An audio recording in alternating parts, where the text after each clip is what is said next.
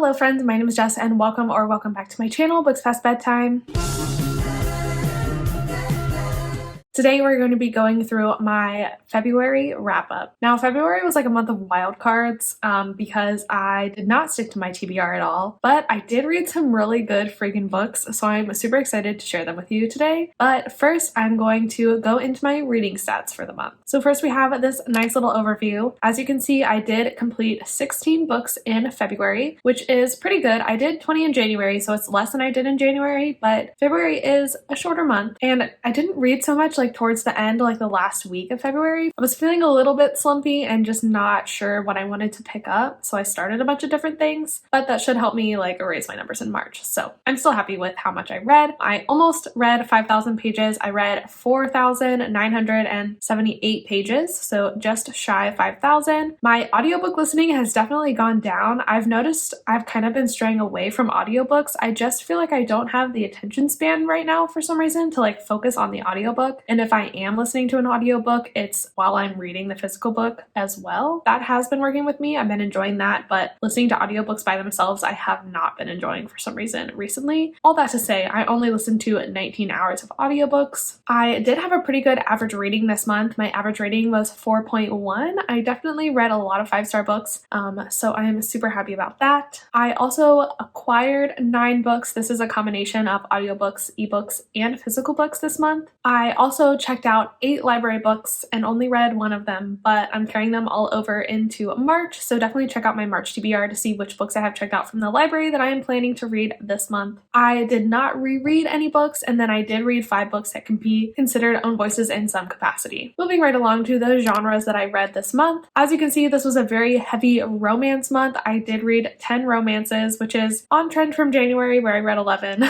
I just have been in such a romance mood. Kindle Unlimited still has me in a chokehold. I just have a feeling that's going to continue for the rest of the year. So this is a romance channel now. Get used to it. But of course, I did read quite a few thrillers. I read 3 thrillers, 1 mystery book, and 1 crime book. And then there was also a contemporary thrown in here as well. You can definitely tell the hold that Kindle Unlimited still has on me based on the format of my books. Like I said, audio hasn't really been doing it for me. I only listened to 1 audiobook this month, but I did read 10 ebooks and then 5 physical books. Audience is similar to what it was last month as well. I read 14 adult books and 2 YA books. In terms of author identity, I feel like the spreadsheet that I have doesn't encapsulate exactly the gender identities of the authors that I'm reading, because I read from some non-binary authors this month and that was not an option. I just put genderqueer because they didn't necessarily use they them pronouns, but they were I don't know. I used genderqueer as kind of an umbrella term like non-binary is. So I did read from 2 genderqueer authors, 2 authors that are male identifying, and 12 authors that are female identifying. In terms of author status, I read 1 debut book this month. 10 books were by authors I had read before. Honestly,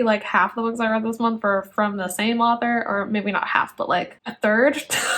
And then 5 books that I read were by authors who were new to me, but it wasn't necessarily their debut book. And as you can see from my rating scale, my ratings definitely trended high this month, which is awesome. I love reading books that I love. It makes me so happy. So this month I did have 4 5-star reads, which is so good. I had 3 books that I gave 4.5 stars, 3 books that I gave 4 stars, 2 books that I gave 3.5 stars, 3 books that I gave 3 stars, and then 3 stars was my lowest rating this month, which is crazy, although there was 1 book that I did DNF and I didn't officially rate it because I didn't finish it. So those are my overall reading stats. I also have my habit tracker like I featured last month, which I think is fun to look at. As you can see, I definitely tended toward physical reading this month. Physical reading and ebooks are counted in the green days, and then the days that are purple I listened to both an audiobook and read physically, and then the 10th was the only day in all of February that I didn't read a single page, which is awesome. That was an improvement from January actually. And even though I read less pages, I did read more days of the month, so my average pages read per day was actually higher in February than it was in January. I averaged 177 pages in February. I averaged about about, I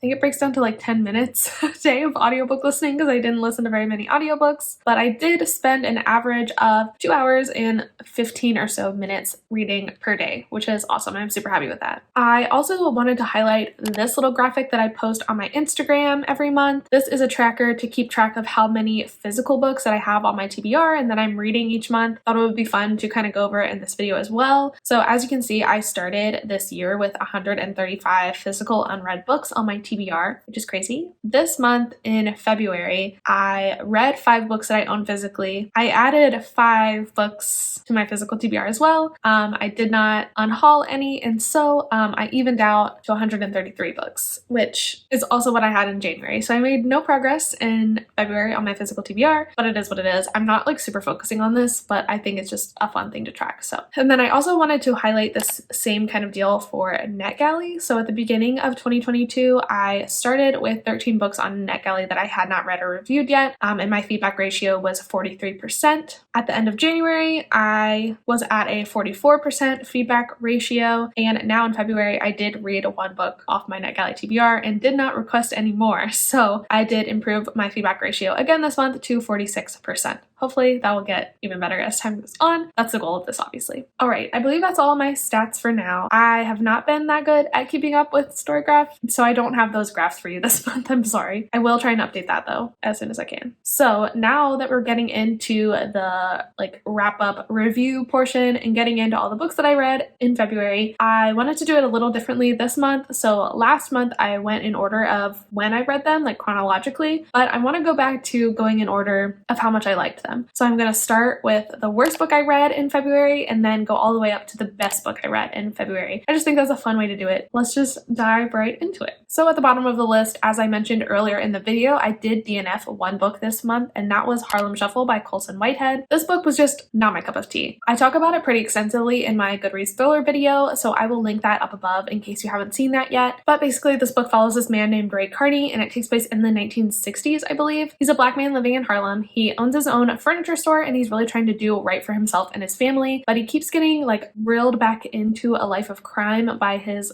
kooky cousin and his criminal father. I just could not get into this book. I read to like the 56% mark, so I really gave it a good shot, but this just was not the book for me. I kind of knew going into it I wasn't really super interested in it. These like a historical crime thriller kind of book didn't necessarily appeal to me. I did like some aspects of it, but I just couldn't get into the writing. It was really choppy and tangential. I don't know how to say that word. The main character would go off on these tangents about characters and people that I had never met, that I had no idea what was going on for no apparent reason, and it just really detracted from the narrative and the plot of the book. The plot of the book itself too was divided into 3 kind of separate stories, and they might have all come together at the end. I've actually heard that the last 100 pages are really good, but life is short and I wasn't enjoying this book and I didn't want to force myself to continue reading it, so I just decided to DNF it. It was just not for me. The book I would rank in next to last place is A Lesson in Vengeance by Victoria Lee. This is a YA dark academia mystery kind of story. It follows our main character Felicity, and Felicity is back to finish her senior year at Dalloway School. She did not finish the previous year because some terrible accident happened with her girlfriend. Her girlfriend actually tragically died, and Felicity was really torn up about it. She was there when it happened. So she went away for a while to therapy and things, and now is back to try and finish her senior year again. And last year, her and her girlfriend were really into like the witchiness and the conspiracies and the history behind the school, and she kind of vows to stay away from that this year. But when a new girl, Ellis, comes to school and takes an interest in Felicity, and in particular Felicity's interest in the witches and all the witchy history surrounding the school, Felicity kind of gets drawn back into it, and she also is very drawn to Ellis, and they have a little bit of a romance-ish thing going on. So this book I'm conflicted about, which is why I got a 3-star rating from me. On the one hand, the atmosphere of this book is really good, and the writing is really beautiful as well. I really enjoyed both of those aspects of this book so much, but that wasn't enough to carry the story for me. The plot honestly was a little bit, it was very bit slow burn actually. While it was really good in the beginning, it kind of seemed to lose track of what it wanted to do in the second half of the book. And there was also a very dark shift towards the end, which I didn't feel fit in with the YA themes of this book. I really think it would have been stronger had it been adult, and then it would have been more believable that these characters had done what they did. But I think the ending was just too much juxtaposed and didn't make sense for the particular characters in this story. And I wanted to get behind the ending and I wanted to like it, but it just didn't feel right for me. So unfortunately, I didn't love this one, even though I really wanted to. It was just okay. Hello. So it is the next day. So there was a natural break in the footage because I had a doctor's appointment at 3:30 that I went to after I filmed my clip talking about A Lesson in Vengeance. That only lasted like 15 minutes. So after my virtual doctor's appointment, I hopped back on, filmed 25 more minutes of footage of me talking about the books that I read in February, and then my phone decided to crash and didn't save any of the footage. If you couldn't tell, I got really mad about it. Did not try and refilm it yesterday because simply not in a good headspace after that.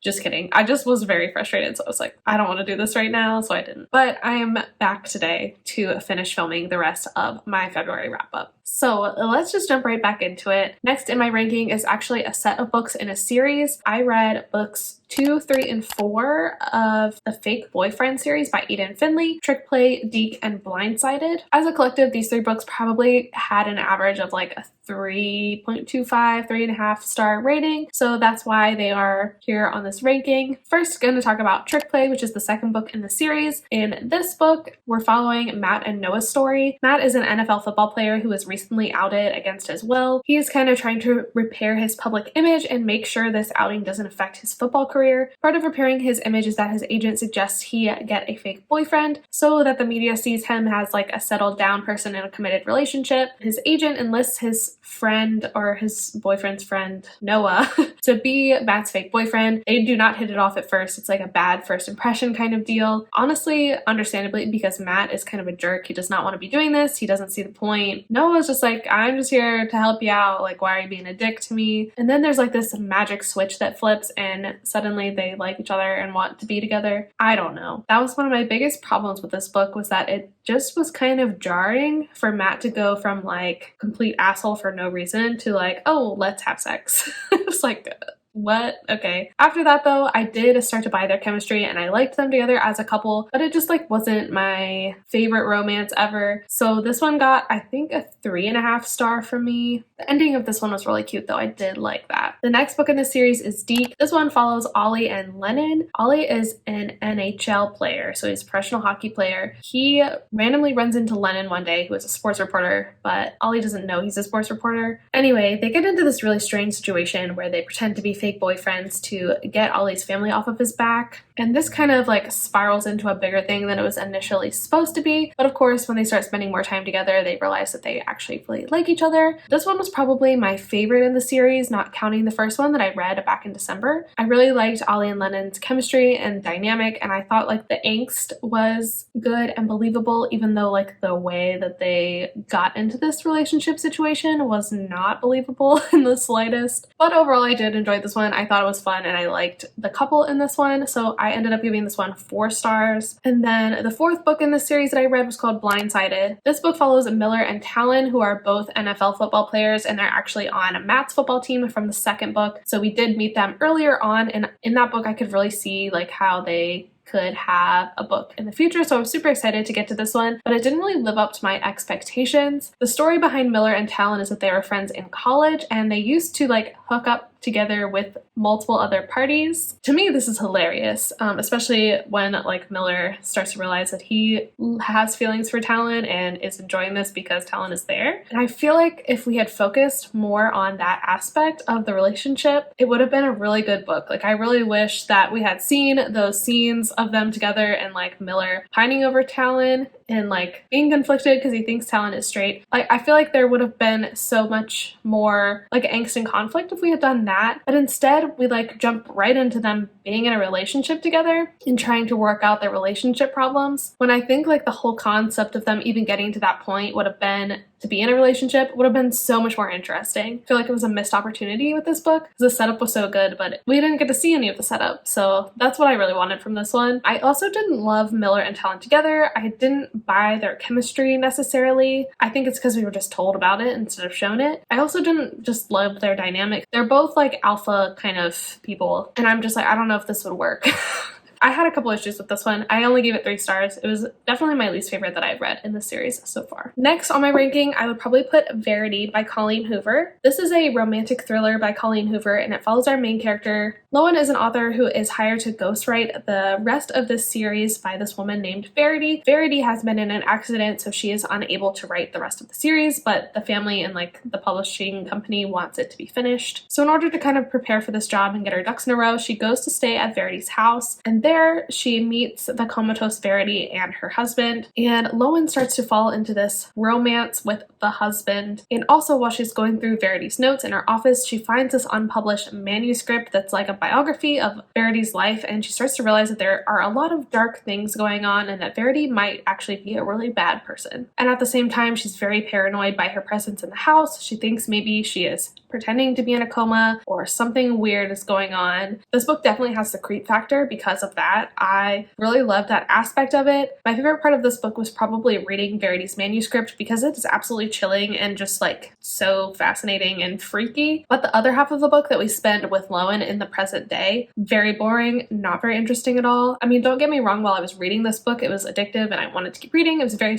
easy to read and very quick to read. But thinking back on it, nothing really happened in Lowen's perspective. Lowen was a very Mary Sue type character. I didn't have any connection to her as a narrator, and I didn't really like her romance with Jeremy. I didn't care about it. I thought it was weird. I also really thought that a lot of the things that happened in this book were very convenient, especially towards the end. I was like, there is no way. I ended up giving this book 3.5 stars. Like I said, I liked aspects of it and thought it was like a good fun read, but it wasn't anything revolutionary, especially after reading so many thrillers. It just didn't compare. The book I would probably put next is She Drives Me Crazy by Kelly Quinlan. This is a YA contemporary. In this book, we're following our main character, Scotty. Scotty is kind of having a rough go of things. She just broke up with her girlfriend. She just lost the first basketball game of the season, and afterwards, as she is leaving, she gets into a fender bender with her sworn enemy, Irene. And to make matters worse, their mothers meddle in their business and suggest they carpool together since Irene's car is in the shop, so Scotty has to spend even more time with her when she wants absolutely nothing to do with her. But of course, the more time they spend together, the more they kind of form this camaraderie and start to like each other and become friends. There's also this fake dating scheme that comes to be. Eventually, they develop feelings, of course. This was such a cute read. I really, really enjoyed this one. I ended up giving it 4 stars. It was like the perfect YA contemporary. I loved all the tropes in it. I really loved the chemistry between Scotty and Irene. It just was really cute and heartwarming. And I also felt it was very realistic. Scotty and Irene are both like very flawed in like a realistic, relatable way that just made you like them more as characters. They also went through a lot of growth in this book, which I really appreciated seeing. Like, for example, Scotty is really hung up on her ex-girlfriend at the beginning of this book, and she actually like takes steps to deal with that and process that instead of it being like swept under the rug with a happily ever after with Irene. It was like a really healthy representation of how a relationship should be. I really enjoyed seeing that in a YA. Like, I think that's so important for younger readers to read about. So I really enjoyed that. I really enjoyed this book overall. Definitely would recommend it if you're looking for something like this, particularly if you like enemies to lovers or fake dating. It definitely did those tropes like really well. I thought this was so fun. Loved it. Next on my list is actually another series that I did read in its entirety in February, and that is the Elite Protection Services series. There are 4 books in this series. The first book is Intoxicating, the second is Captivating, the third is Exasperating, and the fourth is Infuriating.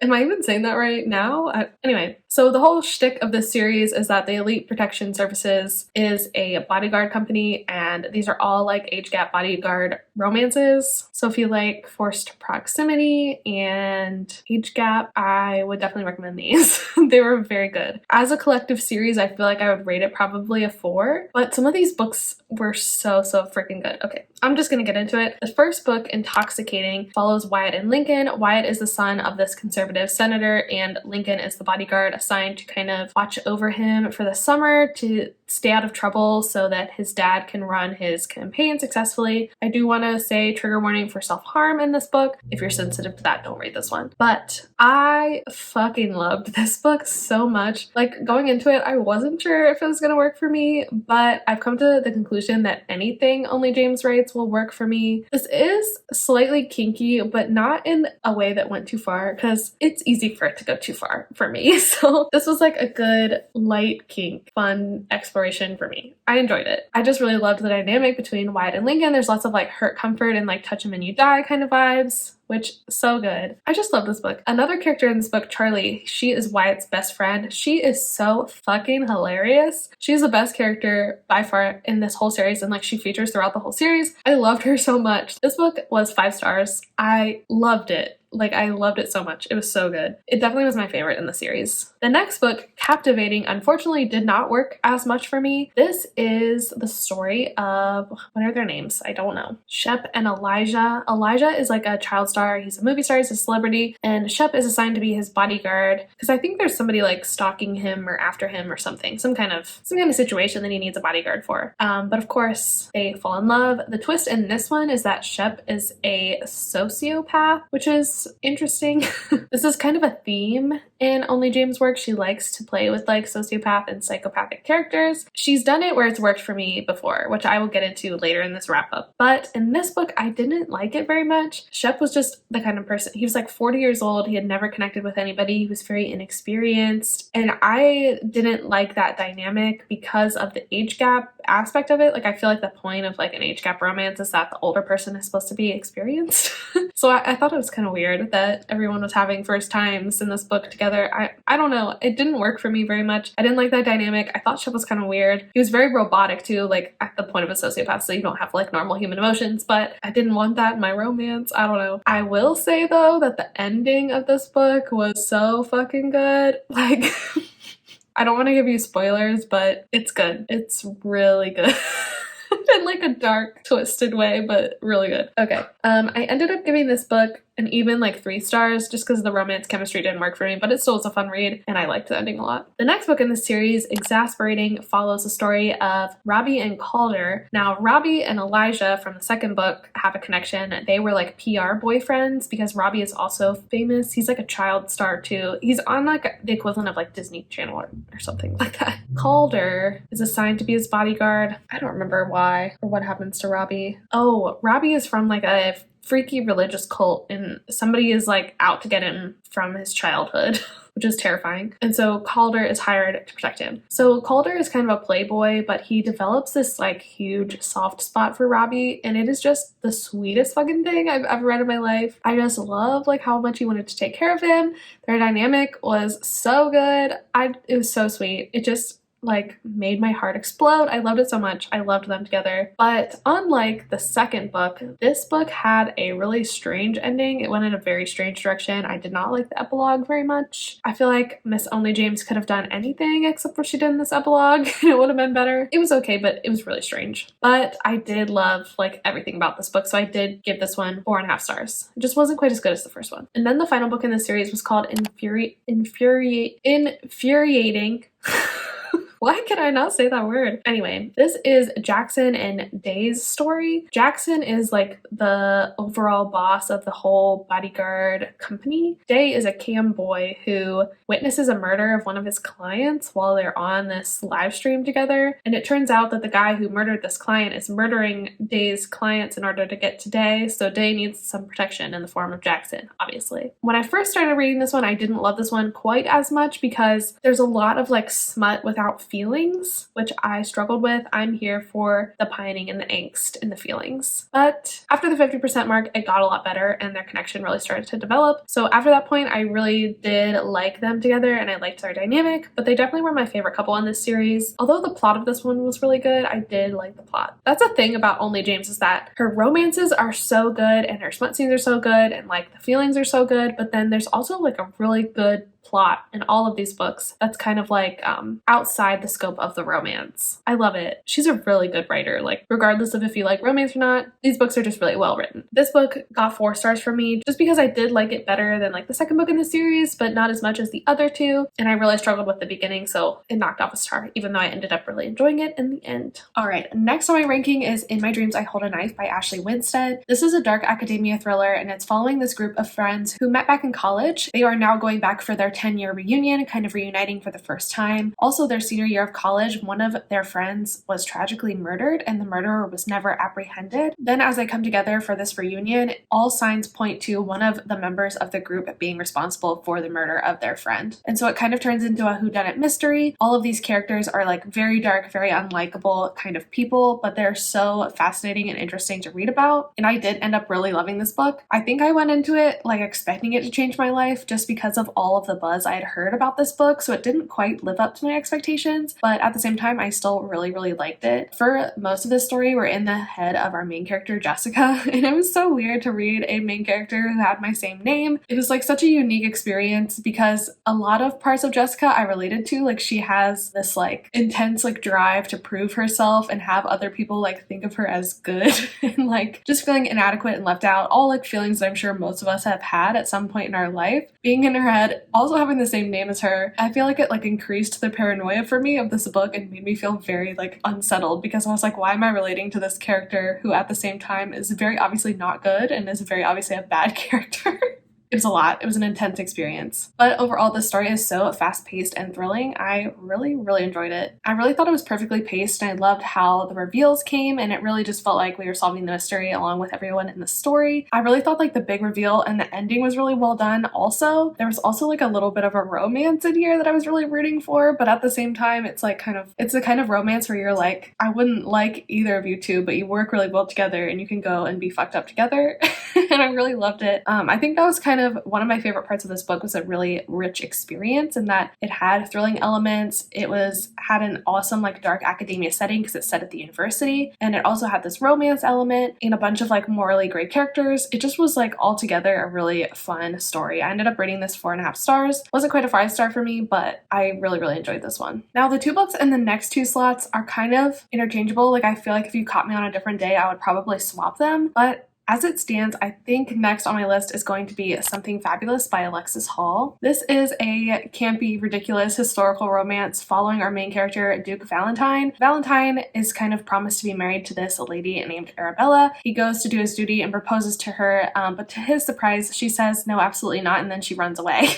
Arabella has a twin brother named Bonnie, and Bonnie implores Valentine to like be a romantic and go after his sister. And so they both go to try and find where his sister went, try to bring her back, convince her that Duke Valentine is not so bad and that they should get married for their families. But along the way, Valentine discovers a lot about himself, and he and Bonnie end up falling in love. And it was so good.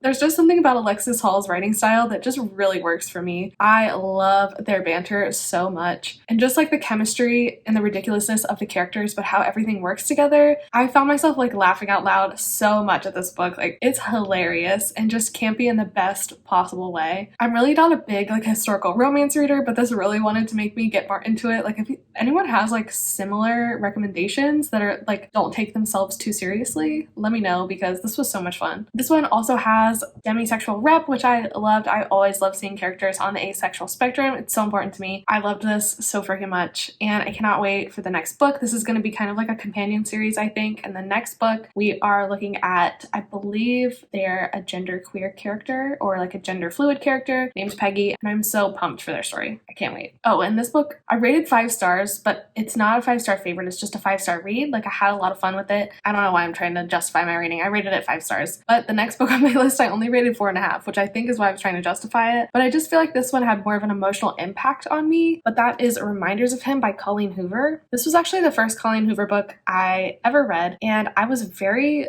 pleasantly surprised by how much I enjoyed this one. So in the story, we're following our main character, Kenna. Kenna was involved in and somewhat the cause of this tragic accident that took the life of her boyfriend 5 years ago. Because of that, she ended up in jail for the past 5 years. When she was going to jail, she didn't realize that she was pregnant, so she actually gave birth in prison, and her daughter was taken away from her, given to her boyfriend's parents, and all parental rights were terminated. So now, 5 years later, she's been released from prison, and she really wants to go back to her late boyfriend's hometown, meet her daughter, have a relationship with her daughter, but there is so much tension and emotion surrounding this from his family because they really blame her for their son's death and they don't think that she deserves to be in her daughter's life. There are a lot of intense themes in this book. There also is a romance between Kenna and her late boyfriend's best friend. They kind of meet in a situation where neither of them realizes who the other is and have this connection and attraction to each other. But then once they realize who each person is, this just complicates the relationship way more. Ledger is very involved in Kenna's daughter's life, but he also is drawn to Kenna in this way, but he's also loyal to